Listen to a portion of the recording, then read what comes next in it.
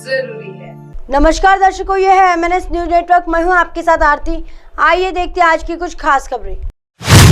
आंबेडकर भवन फूटा गुस्सा, रोका रास्ता, इंदिरा चौक पर कार्यकर्ताओं का आक्रोश। नागपुर आंबाझरी तालाब के किनारे मनपा द्वारा धम्म क्रांति के सम्मान में निर्मित डॉक्टर आंबेडकर सांस्कृतिक भवन को गरुड़ा एम्यूजमेंट पार्क कंपनी की ओर से ध्वस्त कर दिया गया। इसे लेकर आंबेडकरी जनता में लगातार रोष दिया गया।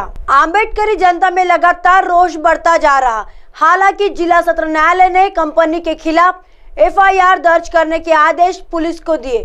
इसके बावजूद पुलिस की कार्यप्रणाली कंपनी को सहयोग करने की होने का आरोप लगाते हुए कड़ी कार्रवाई की मांग आंदोलनकारियों द्वारा की जा रही। इस इंदिरा चौक पर कार्यकर्ताओं ने रास्ता रोको आंदोलन कर आक्रोश जताया। समर्थकों ने कहा कि गत 121 दिनों के आंबाझरी तालाब के पास धरना प्रदर्शन जारी है, किंतु राज्य सरकार की ओर से संज्ञान नहीं लिया जा रहा है। इसलिए आंदोलन को तीव्र करने की चेतावनी भी दी। गिरा दी धम्म क्रांति की ऐतिहासिक वस्तु। कार्यकर्ताओं ने कहा कि भारत रत्न डॉक्टर बाबा साहेब आम्बेडकर ने 1956 में धम्म क्रांति कर नागपुर को ऐतिहासिक धम्म नगरी का रूप दिया। धम्म क्रांति के सम्मान में ही मनपा द्वारा आंबाझरी तालाब के किनारे 20 एकड़ जगह पर डॉक्टर आम्बेडकर सांस्कृतिक भवन तैयार किया गया, किंतु इस वास्तु को भूमाफिया की नजर लग गई।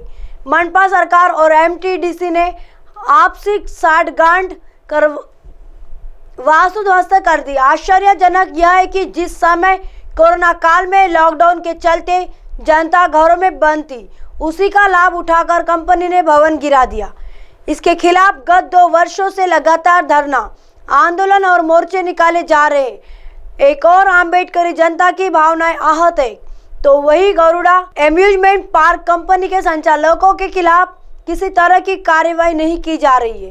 दोषियों की तुरंत हो गिरफ्तारी। कार्यकर्ताओं ने कहा कि आंबेडकर भवन ध्वस्त करने वाले को तुरंत गिरफ्तार कर जांच की जानी चाहिए, अन्यथा अब सिटी के प्रत्येक मुख्य चौराहे पर आंदोलन किया जाएगा। इंदिरा चौक पर जमकर नारेबाजी की गई। इसके बाद पांचपावली पुलिस के निरीक्षक वैभव नाइक के माध्यम से पुलिस आयुक्त के नाम पर पत्र दिया गया। कार्यकर्ताओं का मानना था कि जब अंबाझरी पुलिस को मामला दर्ज करने के आदेश दिए गए हैं, तो कंपनी के संचालक को गिरफ्तार क्यों नहीं किया जा रहा है। आइए देखते हैं अगली खबर की तरफ। ट्रेन में गांजा तस्करी, तीनों आरोपी बरी। जोधपुर एक्सप्रेस पे पकड़ा 47 किलोग्राम माल।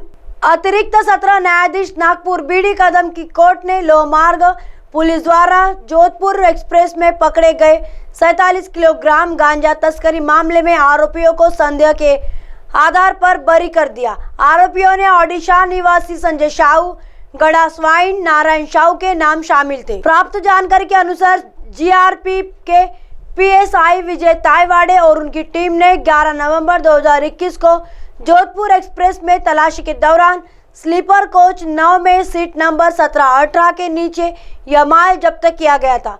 इस सीट पर आरोपियों में शामिल संजय बैठा था। पूछताछ में उसने ट्रेन में सफर रहे अन्य साथियों के नाम बताए थे। हालांकि छापामार कार्रवाई के दौरान उसके बाकी 2 साथी फरार हो गए। संजय के बयान के आधार पर ही GRP टीम ने बाकी आरोपियों को ओडिशा से गिरफ्तार किया था।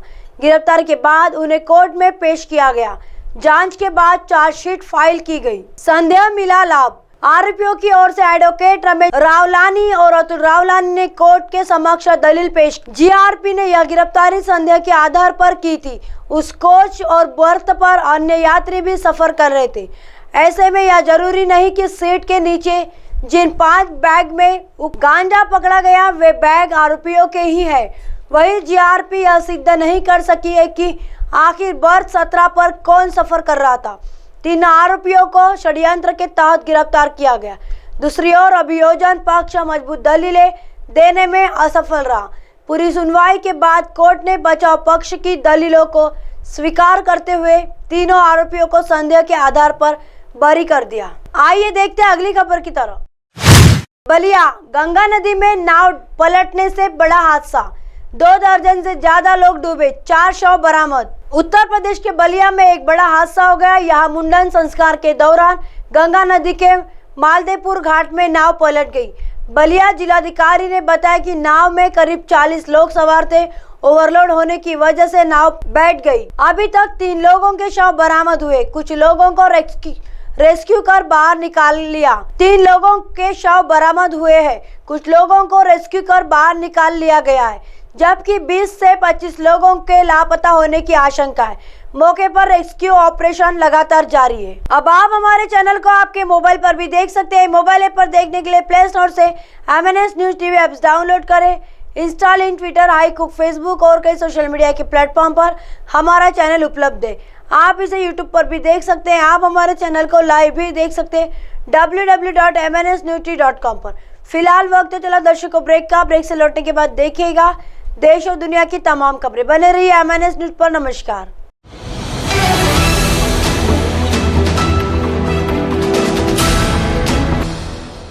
ये है MNS न्यूज नेटवर्क और आप देख रहे हैं MNS न्यूज।